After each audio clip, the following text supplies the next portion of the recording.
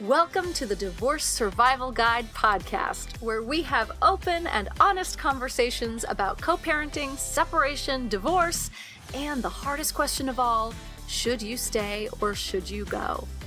I'm Kate Anthony, your Divorce Survival Guide, and I'm here to help you navigate some of the roughest waters you've ever swum in and answer some of your toughest questions. I've been to hell and back. And now it's my mission in life to help you get to the other side of this process with your sanity and your heart intact.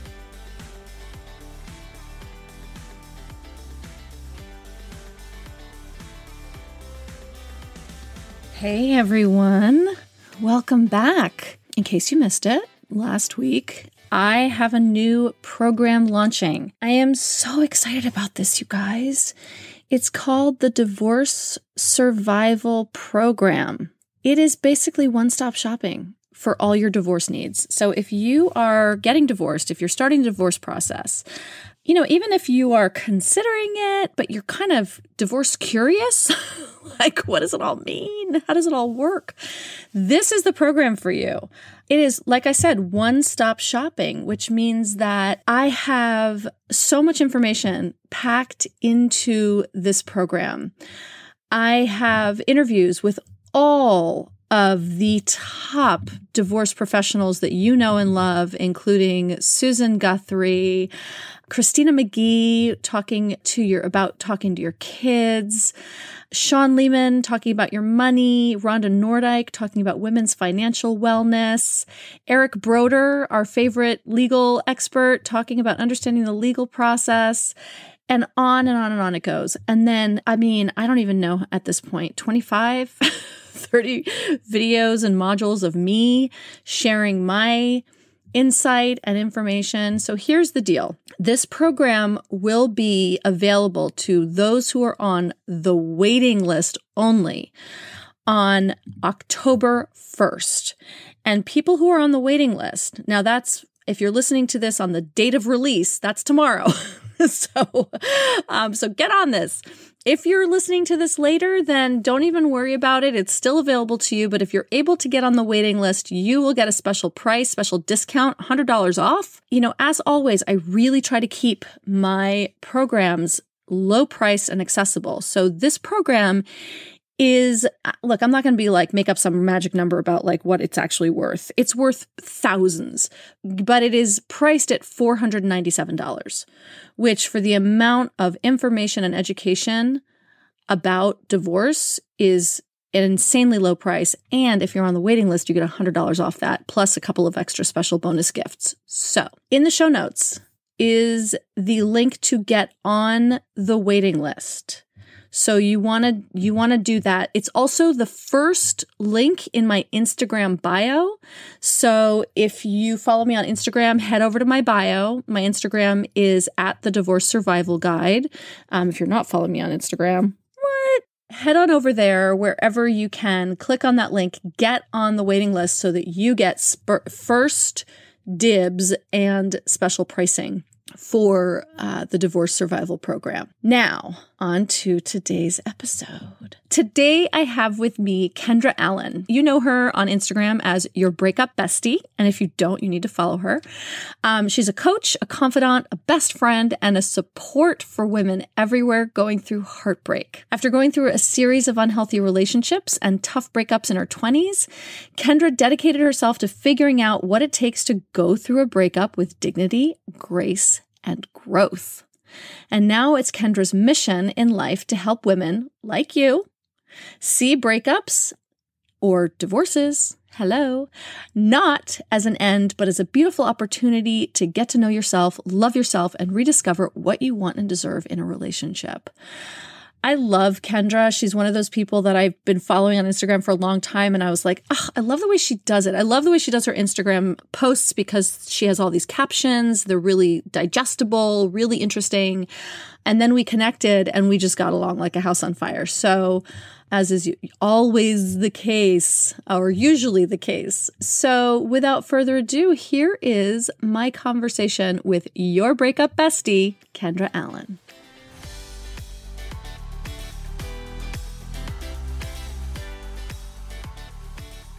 Kendra, thank you so much for coming on and talking to us about and being our like collective breakup bestie.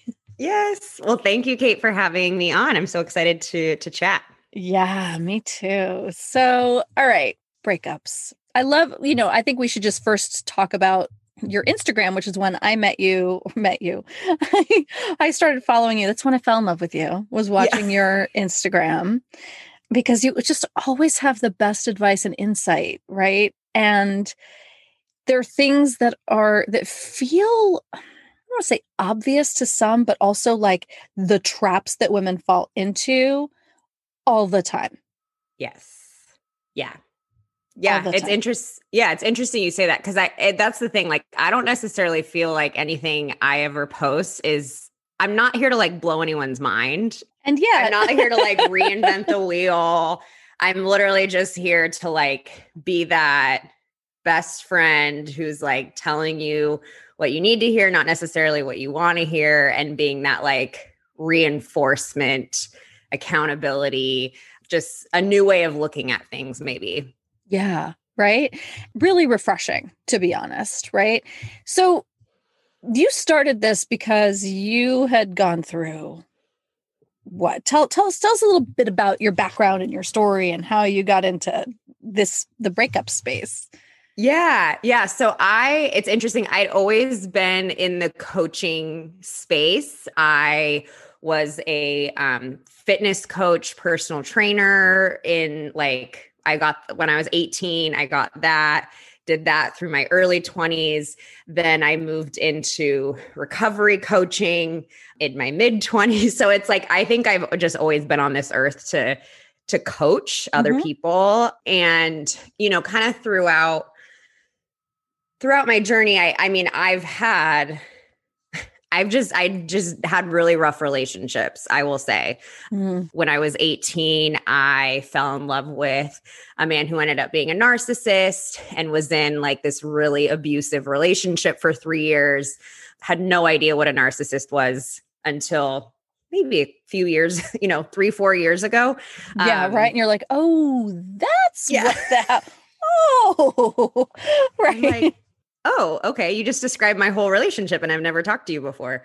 So I was in that. And then I struggled with drugs and alcohol for all through my teens, early 20s. Luckily, I got sober when I was 21. And I remember having this thought of like, oh, now that I'm sober, I'll be a great person. Like I'll be great in relationships. Just taking that away. Totally not true at all. Well, there's like all of these underlying conditions that go into that, first of all, right? Yeah. And then there's the relationship aspect of all of it. So yeah, totally. Yeah. So I was in the beginning of sobriety, I was the person that like moved in with people, right? I was just like so fast moving, went for people that weren't available. Pretty clearly like unavailable. So I feel like I just went through these like string and I just was I went through so many breakups. And then it got to a place where in my mid 20s, I finally found like a healthy relationship. And then after a year and a half, he broke up with me. He broke up with me because he was never quite sure on marriage. And the relationship was getting to a place where like marriage was probably starting to become inferred. Yeah. And he's just like, I don't think I can be the one that gives you a ring. And it was a completely crushing blow for me. It was the first serious relationship that I had sober. I just didn't have the normal things. And I was like working on myself in other ways. So it was like, I don't have drugs or alcohol to turn to. I'm not going to, I was like, I know I can't go sleep it away with someone else. Like I just started realizing like there's all these things that I would normally turn to that I can't. Right. So that's when I really just made this decision that I was going to figure out how to do this in a new way for me, not like revolutionary, just a new way for me where I was going to go to therapy and like talk to other people and sit with the pain and not just try to like jump out of it. So I remember even like if I knew anyone that had gone through a breakup recently or had gone through a divorce, I called them and I was like, can you please get coffee with me? I just want to talk. And I just became a sponge. If someone said, oh, this book helped, it was like on my phone, instantly ordering from Amazon. I just became a sponge. I did anything anyone suggested. And I'm still that way. I'm like such a sponge. I'm like, I'll try anything one time. Right. Right. So I started piecing this together and I started feeling better. And I started finally, like I tell people, I think I healed 5 breakups in that one. I finally went through like these patterns that I have. Why do I have these patterns? I have these beliefs. Like it just took it layer by layer down to the root for me. And I think because I was really vocal about my breakup and just the healing process, people just started noticing that I was doing better. And so I kind of just became that like friend that everyone came to get breakup advice. And then I started looking online at and I'm sure you've come across many of these. I started looking online of like what's available to people going through breakups. And all I saw was like how to get over your ex in 28 days, how to get your ex back, just like all this really gimmicky kind of stuff. And so I'd always been, like I said, in the coaching space, the writing space. I just started writing. Like I wrote a couple articles for Elite Daily on breakups and I was like, I think this is something that's needed. So I started the Instagram in 2017 as really just like an outlet for me to talk about something that I was becoming more and more passionate about. And then it's really just evolved from there. And it's taken off. I'm like looking up so we've got 43,500 followers later. Yeah. Which is very mind-blowing to me. I mean, right? 43,000 followers, y'all. So obviously people are, first of all, need this information and they're turning to you to get it. So how do you get over a breakup? Everyone wants to know. Yeah. Right? I'm trying to think of like an overarching thing to say. I think the overarching theme of how you get over a breakup is you got to feel the pain. Like you have to feel the discomfort. You got to process the pain. You got to process the feelings. But I think it's all about... Nobody likes to hear that. No one likes to hear that. Right? I think the question, I always say this, is like, if you're asking me how to get over your ex, what you're really asking me is, how do I avoid feeling the pain? Yeah. That's really what you're asking, right? How do I get to the other side quickly? And that, unfortunately, that's not the answer. It's not. And it's actually really interesting. I think that's why, like, I hear what you said a lot about like my Instagram being like a breath of fresh air. I don't think people love what they see when they first come to me, because I'm telling you to like not be friends with your ex. Like I'm telling you the things that like, and I will also preface this by saying my specialty is not people who are going through divorce with kids. So I will like, that is, I love that that's your expertise, because it's totally not mine. Right. When you talk about cutting ties and going no contact, and listen, I have a lot of people who listen to my podcast who don't have kids. They're also going through a divorce, right? And there's still a lot of the same dynamics at play.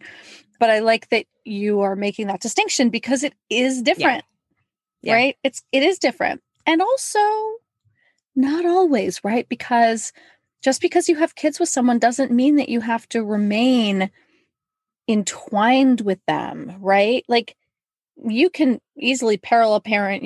I think that we can cut more cords than we think. That's what I will say. I've learned a lot just from having this and, learning from people who like you, who are like specializing in like the co-parenting and all that, those spaces. There are a lot more ties to cut than we think. And I think a lot of it comes down to like a certain amount of willingness to be able to do that. 100%. I think breakups require I mean, not a ton of willingness. I love like the willing to be willing. Like you just have to be willing to do things a little bit differently than you've been doing, because otherwise I'm sure you get a lot of things of like, it's been X amount of time. Why aren't I feeling any differently? And you have to ask like, are you doing anything differently? Or are you just sitting? Right. There's that whole thing of like time takes care of everything. Time makes things a little bit easier, but like action's the thing that changes us. Right. Because if it's time, but you're still doing the same things over and over again, it's not going to heal your wounds. Time doesn't heal wounds. Like active participation in a healing process heals your wounds. Exactly.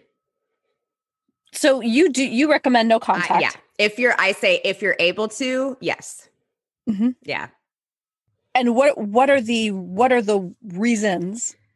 So like, right, because I know a lot of people who are like, if I'm able to, well, I can't really because, right. Yeah. And again, we're talking not with kids, because you can't go completely no contact with kids, but also you can go a lot more no contact than you think. Yeah. And it's the same thing. Like if you work with them, we make up a lot of excuses for why we can't, when what we mean is it hurts and it's hard. And that's what I say. Like, I think people think because I talk about no contact so freely that I think it's just this easy thing. Like, oh, it's easy. Just stop talking to them. No, it's really hard. It's a long-term investment. It's not a quick, no contact is not a quick fix. That's right. By any means. Because the quick fix is something that would make you feel better. And having contact with your ex does make you feel a little bit better because it gives you those spikes of dopamine when you see their name on your phone and things like that. So no contact is not the quick fix. It's the long-term healing. Yeah. And I think the goal of a breakup is to learn how to live your life without that person as your partner, without that person in your life. So this is sounding a lot. There are a lot of parallels that I'm drawing from this conversation about living with your ex and living without, say, drugs and alcohol. Right? Yeah. There is this addiction to the dopamine, which is exactly the same, right? So how are these things in your mind similar?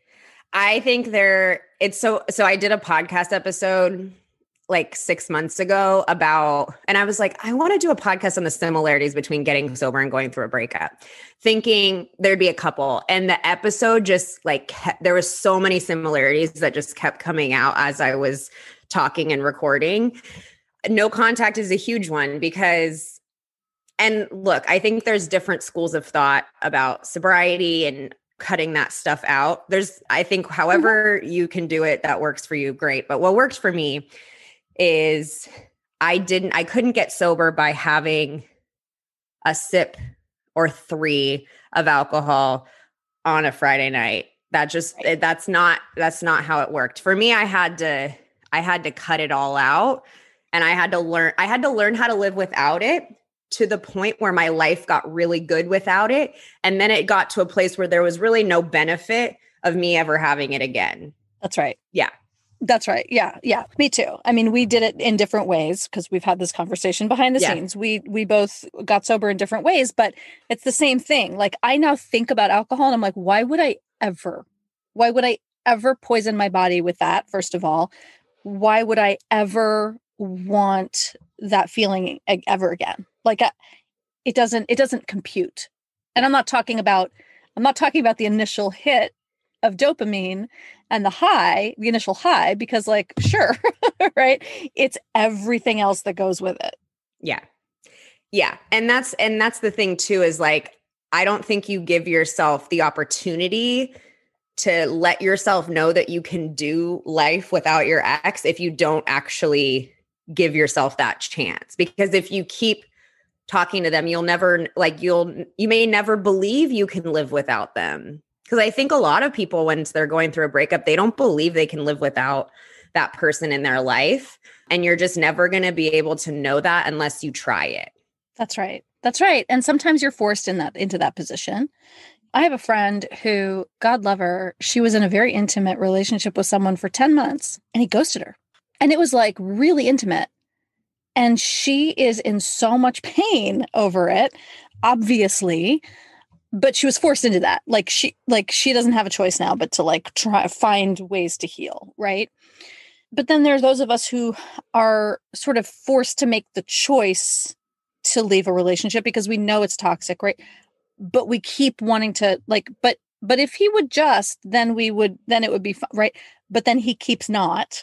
So, right. And so when we're the ones who make that decision, even if the decision is made for us or we make it ourselves, right? There's still the process of cutting the thing out. Yeah. And I understand why people are very afraid to cut that because at least for me in the past, when I would get broken up with, I just thought, I mean, I did this in a lot of ways. I just thought if I kept hanging around and continued to make myself available and just kept being like, I'm here if you ever like change your mind. Yeah. That I'm doing commitment in air quotes, that commitment that I kept to like making sure my ex knew I was there and available in my mind felt like it would make them change their mind. Right. And so that's scary. And also you think if you keep contacting them, they're not going to find someone else. And I think a lot of it comes down to that too. And I think one of the biggest things for women is, what if I never meet anyone else? Yeah. What if this is as good as it gets? Listen, I married my ex-husband and spent 10 years in a toxic relationship because I really thought that I couldn't find anything better. And that like, what if I never meet anyone else? And I was like of baby making age and like, what if I never meet anyone else in the next couple of years where I've already invested 5 years. So, right. Like, do not recommend. But I think for women, it's this idea of what if I never meet anyone else? Yeah. Yeah. Especially if you haven't had children and you want to have children and you're approaching that age of wanting children, it's very scary and it makes you feel like you'll take what you can get because you have a certain goal in mind. Right. And that's very scary. It is very scary. And right. Like in terms of having kids, like for women, this is a real thing. Like it's real. This is not a pretend thing that we make up. Like this is real. Yeah. And I find it, oh my God, I love my favorite thing I say with so much sarcasm is when I see 50-year-old men on dating sites that are like, I still want to have kids and, get married and have kids someday. And I'm like, fuck you, because you didn't when you were like 35. So probably broke someone's heart in the process. And now you're like, oh shit. Well, now you're like, I'm ready now, and meanwhile, we don't get that. Exactly. You probably didn't have you robbed some woman of that opportunity when she was 35. So like, fuck you. So that's real. And I don't want to diminish it, but I also want to say that I think that there's so much systemic messaging in the idea that a woman without a man, like, what if I'm alone the rest of my life? Well, first of all, what if you are? Right? Like, it's maybe not the ideal, but like, what if you are? Like, does that make you less of a person? Does that make you less of a human? Does that make you less of a woman? Does that, right? Like, and I say this somewhat defensively because people always say this to me, but like, what if I'm alone for the rest of my life? I'm like, dude, I'm alone. Like, I'm 50. I don't know what's going to happen in my life, but I would way rather be alone than settle for something that doesn't work for me fully and completely. And I'm okay with that, right? I am more than okay with that. That is an active choice on my part. I think it's a really important place to get to where you are okay with that, because I know for me, I spent so much of my life not in a relationship. Right. Where when I was in relationships, not only would I put up with literally whatever, like I would put up with anything because I just wanted to be in a relationship, versus now being in a relationship where I know I'm fine on my own. Mm-hmm. I'm so much better able to stick up for myself. Like I have such a independence in my life from my husband. There's just so many benefits, even if you're not going to be on your own, there's so much benefit in finding contentment in that place. Yeah. Yeah. And then you have an interdependency in your relationship as opposed to a codependency, right? Because if I'm not okay on my own, I am deriving my life force and my sense of self from another person, which, by the way, is not an attractive quality in a relationship and drives the other person away. Mm-hmm. Yeah. Like, that's how that works. And it's so right? stressful. It's so stressful. There's so much pressure on the other person, right? There's so much pressure if they come home from work and they're in a bad mood, and then your night's ruined because they're not diving, to see you and wanting. It's a very stressful for both parties in a relationship to be like that. We're going to take a quick break to hear from our sponsor today. For over a decade, I've helped divorcing moms put their children at the center of all of their decisions. So whenever I hear about moms struggling to co-parent with an ex that abuses alcohol, I have one system in mind: SoberLink. SoberLink's alcohol monitoring system is the most convenient, reliable, and reasonable way for a parent to provide evidence that they're not drinking during parenting time. SoberLink's real-time alerts, facial recognition, and tamper detection ensure the integrity of each test, so you can be confident your kids are with a sober parent. With SoberLink, judges rest assured that your child is safe, attorneys get court-admissible evidence of sobriety, and both parents have empowerment and peace of mind. Trust the experts in remote alcohol monitoring technology to keep you informed and your kids safe and secure. To download the resource I created with SoberLink, Checklist for High Conflict Divorces, visit soberlink.com/DSG. And now back to our show. So, all right. So let's talk about, we touched on this a little bit, but I'm wondering if you have like steps or more specific sort of actions that people can to harness the pain of their breakup. Yeah. To their advantage for their healing. The first one is like the first thing I talk about in any of my courses is ask for help, call your friends. I think that's especially if you're someone that's not great at doing that. If you feel like a burden of asking for help, this is the time to like do something different. At least tell your friends what's happening, what you're struggling with, ask for company, ask for what you need at the time. Right. If you don't want to spend 7 days a week on the floor curled up in a ball alone crying, like sometimes that's a really healthy and good thing to do, but like maybe not all the time. Yes. Right. And I think what people forget when it comes to asking for help from friends after a breakup is you're allowed to tell your friends exactly how you would like to be helped. You're not just, you don't just have to accept whatever they'll give you. If what they're doing is not helping, sometimes it's hurt. Sometimes people are going to help you the way that they would like to be helped. So it's going to be different for everyone. You're allowed to say, I don't want you to trash talk my ex. Trash him. I don't want you to do that. I feel like nobody really wants that. No. Like, right? Like people do that all the time. People are like, oh my God, he was such an asshole. I hated him. Every time he went out, blah, blah, blah. Like, because God forbid first of all, God forbid it turns around and you get back together. Like, ew, that's awkward. But also it's really not helpful, right? I will never forget the day after I went through that breakup. My girlfriend was trying to help, bless her heart, totally trying to help, had great intentions. And she was like, let's list everything you didn't like about him. And I couldn't think of a single thing.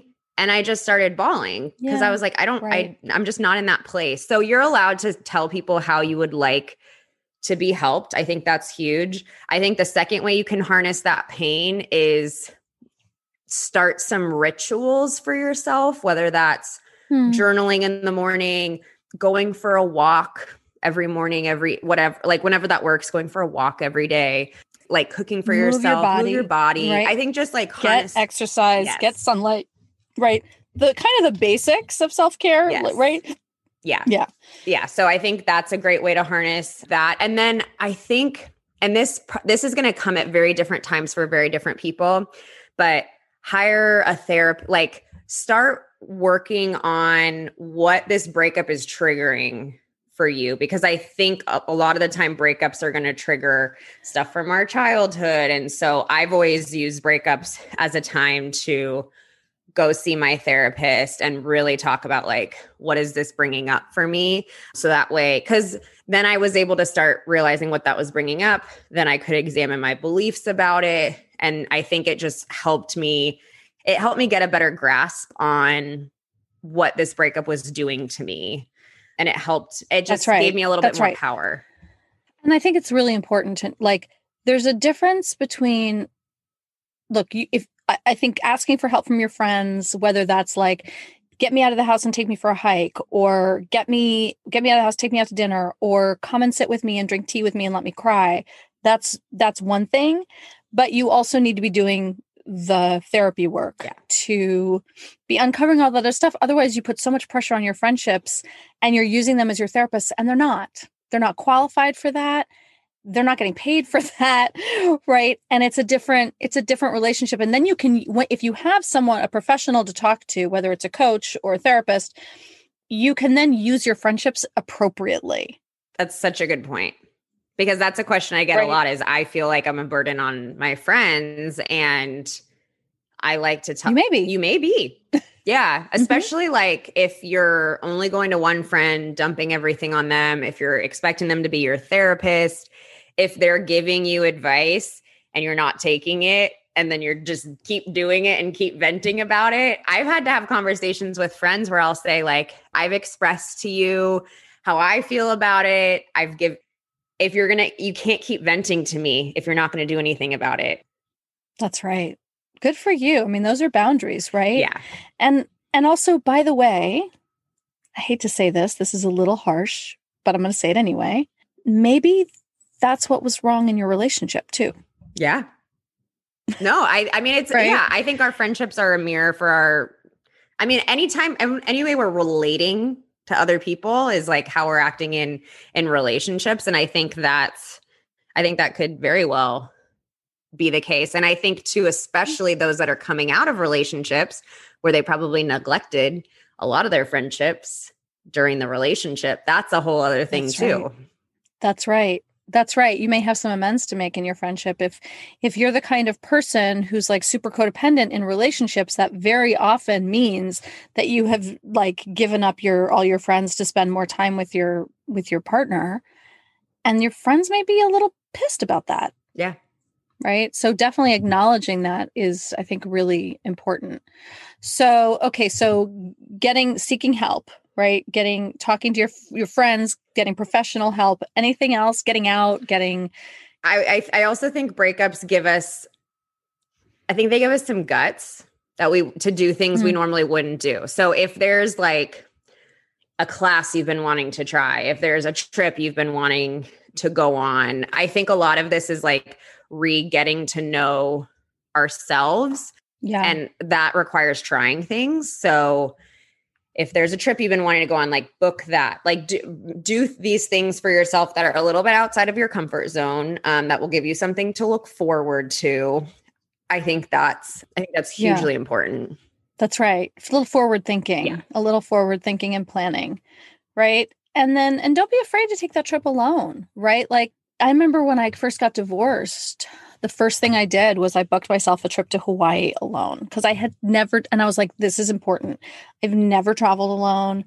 I've always been so codependent. Like I need this for myself. And, it wasn't all like me running on a beach, like happy. And I remember took this hike. I rented a car by myself. I drove to the top of the island, to a waterfall and like a park, and like went hiking through the park all by myself, and then was like, I'm going to swim out to that waterfall. Like it was in this pool and it was freezing cold. And I was like, I am going to do it. I'm going to do it. There was no one to take a picture of it. There's no photographic evidence of it. Right. But I was like, I'm going to go swim out to that waterfall and get underneath it, which by the way, like I almost drowned. Yeah. Waterfalls I was going to say, I was like, I hope there was someone really around. Hard. There were people. there were people, but right. And then there were nights where I sat in my hotel room like, oh, fuck, I don't want to go out to dinner again and be the only single person sitting at the luau. That's really annoying, right? So it's not all easy and it's not all fabulous, but I think it was incredibly healing. And by the way, you don't need to go to Hawaii. You can go somewhere go to a more hotel by your modest. house. I mean, go to a hotel, but yeah, just like whatever, right? But I do think that, yeah, I love the idea of like trying, like taking a class, just doing something, getting out among the people, right? Because like I said, sitting at home and like crying on the floor every night is maybe not, like, again, a couple nights a week, maybe. But yeah, there needs to be that like balance of allowing yourself to just melt into the feelings. And then there has to be the balance of getting out there. Another thing I did a lot was I actually did a lot of volunteer work, which was great for me on so many different levels because it made me feel it like made me feel more confident, more like esteemable and more worthy, which I dealt with a lot of feelings of not like feeling very unworthy. So I joined like a committee for a, charity auction. So like things like that. And I met really cool people. It gave me things to do. So I think that was really helpful for me as well. Yeah, doing esteemable acts is one of the ways that we build self-esteem. And when our self-esteem is in the shitter after a breakup, that's definitely something, being of service to others, just get you outside of yourself. I remember the first time I heard someone say that esteemable acts build self-esteem, and I feel like my mind blew into 1,000 pieces. Hilarious. All right, let's talk about social media. Can we talk about social media? Yes. Yeah. So I always tell my people, tell me if you agree with this or disagree with this, but I always tell them unfriend everybody. Just unfriend their mothers, their fathers, their aunts, them. And if these are people that you're like, oh my God, but they're going to be like upset about it, tell them first. Yeah. That this is for your own healing, right? Like what? Stop checking their story. Yeah. All the time, right? Yeah. Do you agree with me on that? I agree 100%. And I think it's interesting. Just more recently, I've been getting a lot of questions about like your ex's family and all of those things. There may be some people from your ex's life that you'd like to maintain relationships with, and that's okay. But I think there's a lot to be said about cutting off contact in the short term to preserve the long term. That's right. Yeah. It's like, hey, you can go to the friends, there was like, my ex had friends with wives that I loved. And like, I was like, I'd love to be able to stay friends with you. But hey, in the beginning, I got to be I got to be like tunnel vision. I can't do it in the beginning. Right. But like you said, the unfollow button's not permanent. You can always go back. Right. There are 3 options for you. Right? There's unfollow, there's unfriend, and then there's block. Yeah. Right. And it really, like all of them are undoable, by the way. And I always say, like, people are like, oh, I don't want them to be offended. And I'm like, then tell them. Yeah. It's not that hard to say to someone, listen, I am so sorry, but I need to take a break from our social media friendship because I can't risk seeing posts that are going to like set me back to 0. You're not doing anything wrong. I don't want you to feel like you have to like alter your social media life for me. So I'm just going to take a step back, and I want to continue the friendship, but I just need a little space and a little time so to do my own healing so that I can, right, like you said, like this is the long term. Yeah. And be direct and honest about it. Exactly. And I would honestly assume that like 99.9% of people would be completely understanding, because we always have to remember that everyone's been through a breakup. Everyone knows these feelings. They know that and I've had people who I've been connected to their exes and they've stopped following me or whatever that looks like. And it's like, I get it. I totally get it. It's hard if if I'm out at a party and I take an Instagram story of your ex, like I know that's going to hurt you. So I don't take offense to that. I think there's like this big thing of thinking it's being the bigger person to stay in those things. 'Cause they'll say, oh, that's so immature. And I'm like, I think it's far more immature to stay in a situation that's hurtful to you. That's right. That's right. Self-care is not immature. Self-care is mature. And that is self-care. Yeah. Right? Setting boundaries for yourself with saying, I know this is going to hurt me, so I am going to take a break. That is self-care. Yeah. Right? And it's far more mature. Far more mature. I think you're absolutely right. Yeah. Or they'll say it's harsh to cut off. I'm like, it's so much harsher to you if you stay in that. So. Well, and also it's not harsh if you tell them.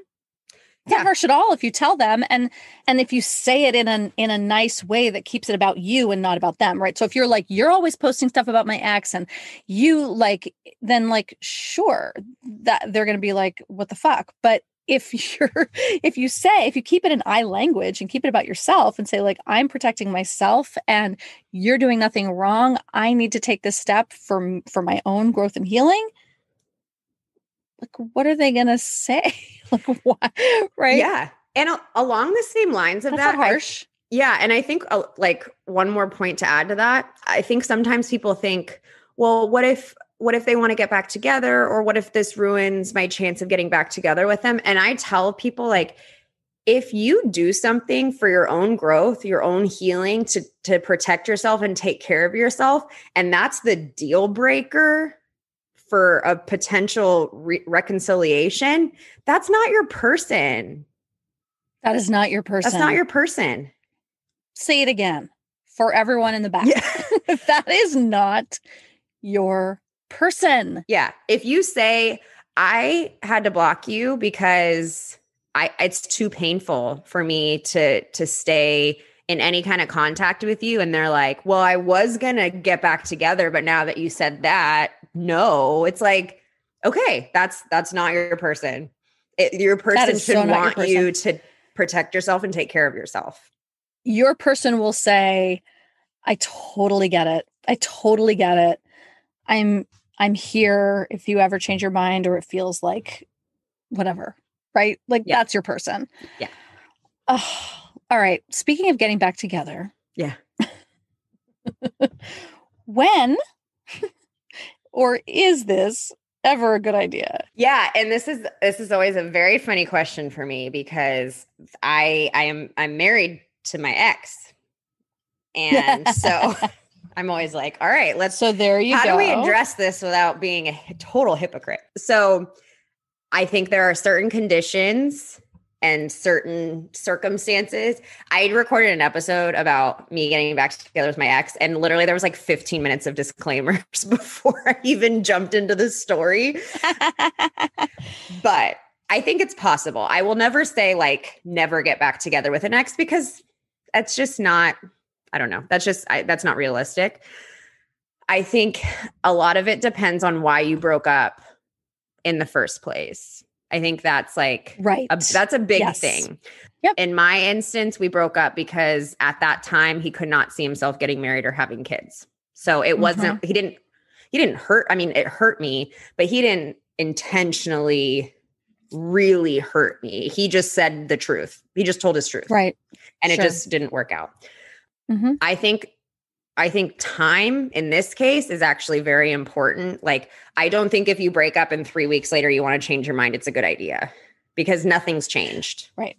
Right. Nothing can really change in 3 weeks. Let's hold that point for a minute because this is something I hear all the time. All the time is I told him I want a divorce and now he's reading all the books and he's being so great. He's totally changed. Yeah. Has he really totally changed, Kendra? No, it's like, even if I were to enroll in twice a week therapy and like, I wouldn't change in 3 weeks. It's just like, that's just not how, even like biologically, like it takes a while for like new habits to form and like new like neural pathways and all of those things. Right. So time is big. So you have to consider, why did you break up? And then has enough time passed where that could change, where those circumstances could change? Because otherwise you're going to be and you probably see this a lot, you're going to end up you're going to end up in the exact same situation, maybe like That's 6 months later, a year later. Or 3 weeks later. Or 3 weeks. Or 3 weeks later. Yeah, right. Exactly. Because often it's a tactic, right? It's often a tactic to like maintain power and control. And so they're like, I've changed, I'm doing the work. And then you're like, okay, I'll get back together with you. And what I always say is give them enough time to show you, not tell you, but show you, which is usually 3 to 6 months, and then get back together with them. Yeah. Don't get back together when they say they're doing it, when they're not really doing it. Stand back and wait. That's another big thing that I tell people is it's not a decision to rush. It's a decision it's not a decision to make impulsively. So, and it's like the exact same thing. If you tell them, thank you for saying all that, I'm going to need some time to process this. I need some time to think about it. And they say, now or never, not your person. Again, it's just like another litmus test of like, not your person and not doing the work that they're telling you that they're doing. Obviously. Yeah. Right. If you say, okay, thank you, I'm really happy that that's the case. I still want to like maintain this separation for like 3 months because I really like, let's see how this lands for both of us. Someone who's really doing the work will be like, okay, that makes a lot of sense. I am here to prove committed to you that I'm committed, right? Not your person will be like 3 months, 6 months. What the fuck? Like, that's bullshit. Right? Okay. Yeah. And then I think the last thing too is like, what frame of mind are you coming from to get back together? Are you coming from the frame of mind of I'm lonely, I miss them? Or are you coming from a place of I actually feel like I'm starting to feel like, okay, this person adds so much value to my already good life. It's like, you shouldn't make the decision back if like you're trying to get back, like you're missing puzzle piece or like, something like that. It's really should be like a value add decision. That's right. That's right. And what if you feel like this is your soulmate? Like you have this connection, this like soul connection. It's so funny. I don't know how you feel about the term soulmate. It's like it's just so not my thing. So not my thing. It's either. so not my thing. I think it's bullshit. Well, it's honestly, I think soulmate is used primarily for people that like want to get back together with an ex or to justify super shitty behavior. Yes. Or to explain a trauma bond. Yes. Right. Like, so it's like, I feel like I can't breathe when I'm apart from him. And when we're together, it makes everything right. Like the world turns on its axis, right? It's like back on its axis and like, right. And it's like, okay, that's fucking codependency. that is a trauma bond. That is like, if you can't breathe without someone, girl, you need to spend a lot of time learning how to breathe without anyone. Yeah. That's yes. That should be a snippet that should be used a lot. That one should be saved. And the other reason I don't like the word soulmate is it makes it sound like you only have one. There's only one. There's only one. It's like, no, I don't care. Whenever you break up with someone, that they don't suck away your chance at finding love. Like that's just not, I don't know. To me, that's just like not how that works. So I'm just not a big fan of that, of like soulmate. And I think if you feel like you said, you have to have that person, I can't breathe without them, I can't picture my life without them, that's probably a really good indication that you need to be by yourself. Yeah. That's an addiction. Yeah. Back to the sobriety conversation. That's addiction. That's not healthy. That's not a healthy relationship. That's addiction. Yeah. Which is basically the core premise of a trauma bond, is the addiction to the cycle of withholding and giving of love. Right. Yeah. So it's addiction. Yep. Unfortunately, your brain is addicted to the cycle and the dopamine hits that you get after it's withheld. Yeah. And that's why people get stuck in the cycle of breaking up and getting back together all over and over again. Because it's like the feeling when they call and you get back together and you have your makeup sex and like all that stuff. It's like it's the best feeling ever. And then you crash and it's the worst feeling ever. Like your relationship should not be constant up and down. Like, yeah, there's going to be up and downs, but like it should look a little straighter of a line. That's right. That's right. If it's extreme highs and extreme lows, I had my ex-boyfriend that I had a serious trauma bond with. He used to say, he's like, it's the most exhilarating highest highs of any relationship I've ever had. And then like the most awful lows. And it really was. And if you have that kind of peaks and valleys, like not okay, not healthy. Yeah. Super bad. Yeah. Okay, Breakup Bestie. What are some parting words for our listeners on getting through breakups? I always like to remind people that the pain is going to pass. It's like pain can never exist forever in its current form. That's always like what I like to end things with. And I always like to remind people, and I will also acknowledge this by saying, like, if this next phrase makes you feel like you want to throw up, that's fine, or roll your eyes, that's also fine. But I just believe that every breakup at some point ends up being like the hugest, like the biggest blessing in one form or another, whether it's something you discover about yourself, a new person that you get to meet.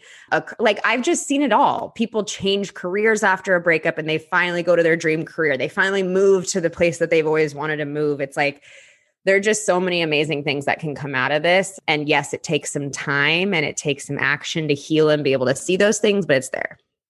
Amen, sister. I love it. Where can people find you? Best way to find me would be on Instagram. It's at your Breakup Bestie. And then at my website's breakupbestie.com. You can find my podcast on there. My courses, pretty much anything you need to know about me is on that website. Kendra, thank you so much for coming on and talking to us. I love talking to you always. And I am so glad that we're in this space and in this sphere together. Thank you so much for having me, Kate. Thanks for tuning in to another episode of the Divorce Survival Guide podcast. If you like what you hear, head on over to Apple Podcasts or wherever you listen in and leave me a review. And don't forget to follow me on Instagram at the Divorce Survival Guide. I'll see you next time. And until then, remember, you, my love, deserve to be happy.